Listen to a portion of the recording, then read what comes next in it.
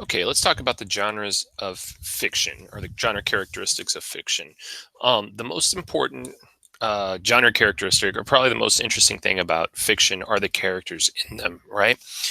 But I think in a lot of times in English classes, we kind of think, or even just what we're talking about characters in general for fun, watching a movie or something, we kind of put them in isolation. We separate them from everything else, and we kind of think of characters working by themselves. Just like in the video we saw, most of the time the quarterback gets the praise for the team, right? We kind of separate the quarterback from everything else, and he or she gets all of our attention. But what you really want to start thinking about is how character and setting, if you look at the thing on the right, are all working, character setting and plot are all working together to create theme. All right. So that's kind of how we want to start thinking about this, especially as seniors. Okay. How are these things coming together to create a theme? Just like in a play and a football play, like the quarterback is super important, but he or she needs the offensive line to give them time and block. They need the receivers to run routes to get open. And then obviously the receiver has to catch, even if it's a well thrown ball, has to catch the ball to make the play, right? So just like we want to start thinking about the whole team in football, maybe a little more, we want to start thinking about all the pieces working together um, in fiction. Okay. But we are going to look at characters primarily, but we want to start thinking about them with setting as well. Okay, the other things we want to think about when we're looking at the character's plot and setting is what's going on historically. So, what's happening in the time period that might help us understand the text better? And that's kind of a big, broad thing. And there's always going to be little clues as to what's going on that will help you understand the text better. But also, under that big umbrella, are the social aspects of a text. So, what are the social circles? Like, what are the groups of people or the classes of people? And how are they being defined? And are they mobile or fixed? Like, does someone have the opportunity to move from a lower social group or like a less wealthy social group or less cool social group into a higher one? Or is all this fixed and you can't change it? And similarly to that, because these all have a lot in common, who has financial power, like what group of people or what person has financial power, and how equal is that across all people, and can that be changed as well? Is that fixed, or can it move around? So those are some things that might help us understand a text better and look for the theme or meaning, or one of the themes that the author wants us to get. Okay, so we're going to look at the story, short story, A Cup of Tea by Katherine Mansfield, written in 1922. And we're going to kind of keep everything we just said in mind as we analyze this text. So, right away, we get some social understandings about Rosemary, our main character, um, and how she is in this setting um, that she lives in. So, first thing the narrator tells us, which I found really interesting, was that she was not exactly beautiful, and you couldn't have called her, or you could have called her pretty, but we wouldn't want to take her to pieces. Um, so, right away we know that the society, 1920s England, is obsessed with beauty in women, right? Probably no surprise there. I don't know if that's changed a whole lot, unfortunately, but that is something we need to know right away, according for this narrator's piece to work, right? And then we know a lot of other things about their society. She is young, brilliant, extremely modern. She's very well dressed. She's read. She has all these beautiful parties. She's very much a big player in society. She has all the right pieces except one thing, and it's that she's not beautiful, right? She's pretty, but she's not beautiful. And so, once again, we know that in this society or in this social setting, the most important thing isn't necessarily all these other things she's great at, and her personality, and how educated she is, and how smart she is, and all these other things. It's that it's the beauty. We get another clue here, says that she married a duck of a boy, and that's a kind of weird expression. Honestly, I had to look it up myself. But that means that her husband is the life of the party, kind of like that big personality that everyone just wants to talk to and interact with at any gathering. So we get a little bit more about her social status here, right? And then this line here, They were rich, really rich, right? Not just comfortably well off. So we know a lot about their economic status. This couple essentially has everything, really, really rich, smart, um, really great personalities that can kind of take over the room, except for one little thing, and it's that she's not beautiful.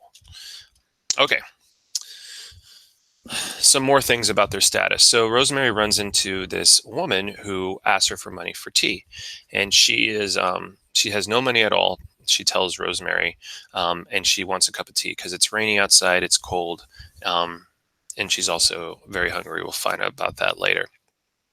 So that's a financial situation, and we don't get the sense that she's going to be able to move up. In fact, Rosemary later says that she wants to take care of her, and it'll be like everything she reads in the magazines, and she'll be this wonderful kind of hero for this woman, right? So that doesn't suggest that she'll be able to really move up, right? It's not like, hey, I'll help her get a job or I'll help her get into school so that she can have a better life for herself. It's like, no, she needs me to take care of her. So those are some clues about the historical time period and also maybe the economic and social aspects of the time period as well. And we also know that in this time period, it's trendy maybe that we take care of the poor. It makes this look really good, and Rosemary is really excited about having this opportunity she reads about and sees in the movies and plays, or the plays, not movies, and to do that for herself. Another interesting clue about society and class in the history is that the woman is worried that she's going to be taken to the police station, that this is a trap, that Rosemary isn't being genuine. And she said, no, I would not do that. It wouldn't be so cruel, right? There's nothing false about Rosemary's intentions or bad about her intentions. She wants to help her, but this woman's so untrusting because of how other people in her economic financial situation are being treated at this time. Okay, so some other interesting things in the setting. Once we get to Rosemary's house, we see that the girl she brought home with her to help take care of is very uncomfortable, right? She doesn't want to take off her coat, even though it's raining and it's winter, so, and she's drenched. She doesn't want to take off her hat, and then she doesn't know where to put them because she is of a different economic class, and she doesn't want to ruin her stuff, so she just kind of puts it on the floor. She doesn't know what else to do with it, all her wet clothes. So we have her reaction and how distant she is in this particular setting kind of shows a lot about this character. And then how easy going Rosemary is, right? It's her house. She's very comfortable here. And she doesn't understand why this girl feels so overwhelmed in this situation. Stranger's house, very wealthy, of a different class, maybe doesn't trust her intentions all the way, but she's helpless. She's starving, she's thirsty, she needs money, she needs help, and so she's willing to come in this setting that's very different from hers, and try to get some help because she doesn't really have a choice. But Rosemary doesn't pick up on that right away. In fact, the lady has to remind her that I haven't eaten, I'm going to faint, I need something. And then now Rosemary's like, oh my gosh, I didn't even think about it, right? Because in this setting, in her house, Rosemary cannot believe it, like it wouldn't come to her that food would be an issue or anything like that. It's all about comfort here because of her how well off she is, whereas this other girl is just starving and needs to eat. So those are some of the intersections between setting and characters, and also social and economic class in this time period. Okay, last thing, and this makes me really sad, but it's true. So Rosemary's life of the party husband comes home and sees that he's taking care of this girl and doesn't really want her to do that. Thinks it's weird and not something they can actually pull off, right? Like, we cannot take care of this girl forever, even though they have all the money in the world. Apparently, we still can't do that. So Philip does some really mean stuff to get what he wants without being overtly awful. It's really subtle what he does. So he reminds his wife, or points out to his wife, that the girl she brought home is astonishingly pretty. He says, "Good Lord, she's absolutely lovely. Look, lovely. Look again, my child. Um, I was bowled over when I came into your room just now." So, in the room. It's like I couldn't get over how beautiful she is, right? Um, and Rosemary is like taken back by this, right? Like, oh my gosh, I like this compliment from her husband when we know that she's not exactly beautiful. It's the first thing the text tells us, just crushes her, right? And so she sends the lady home, takes her out of the situation, and then she comes back and asks her husband, "Do you like me?" And he says, "I like you awfully." He says, "Kiss me," but he doesn't say, "I love you," right? "I like you awfully." So it's an interesting exchange here. And then at the bottom it says, the last line of the text is, Philip, she whispers to the husband, "Am I pretty?" Okay, so this is interesting because of the power of the patriarchy, and how much power Philip actually has over his wife in this situation. Even though Philip and Rosemary are on the same social class, right? They have the same amount of money. They're married together, or the same. I'm sorry, they're not in the same social class. They're on the same economic class, right? Because they have the same amount of money. They're married together.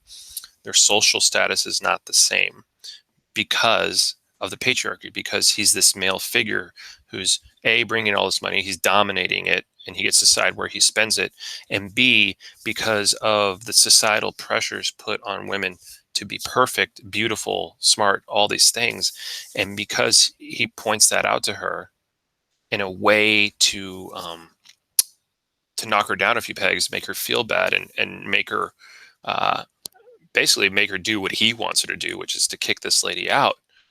He has all this control over her, um, as a man in this circumstance, that it's really sad and heartbreaking to read about.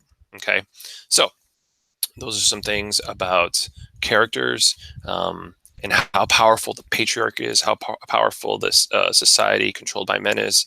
Those are some things about the setting, how this girl feels really uncomfortable in the house, because of her status, social and economic class as well.